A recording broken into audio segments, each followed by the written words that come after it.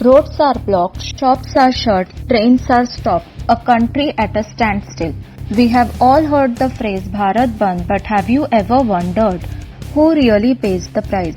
In this video, we break down the economic impact, legal status, and the global ripple effect of a nationwide Bandh.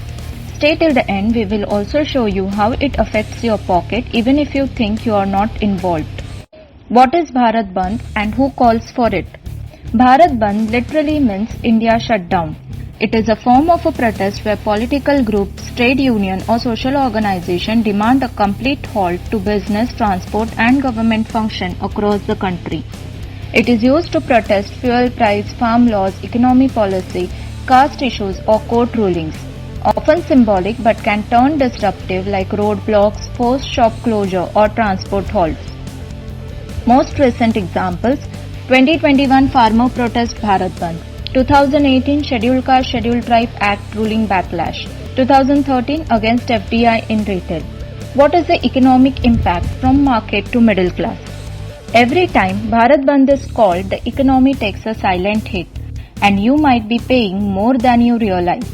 Micro impact for the common man: daily wage workers lose income of rupees 300 to 500 per day per person.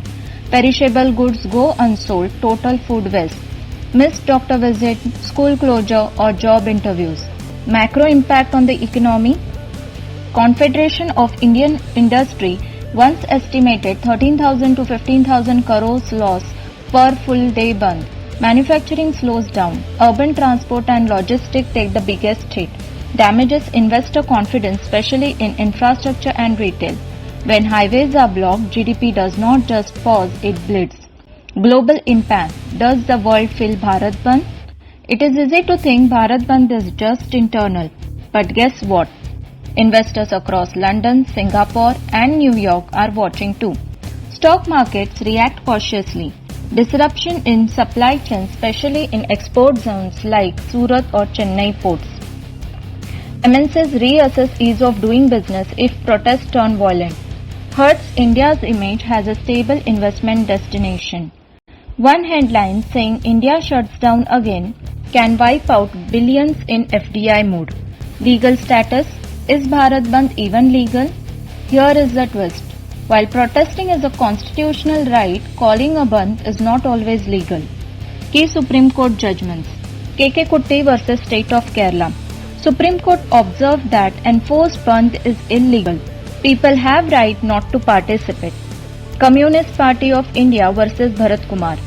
Landmark judgment: Bharat Bandh is unconstitutional if it infringes on fundamental rights of others.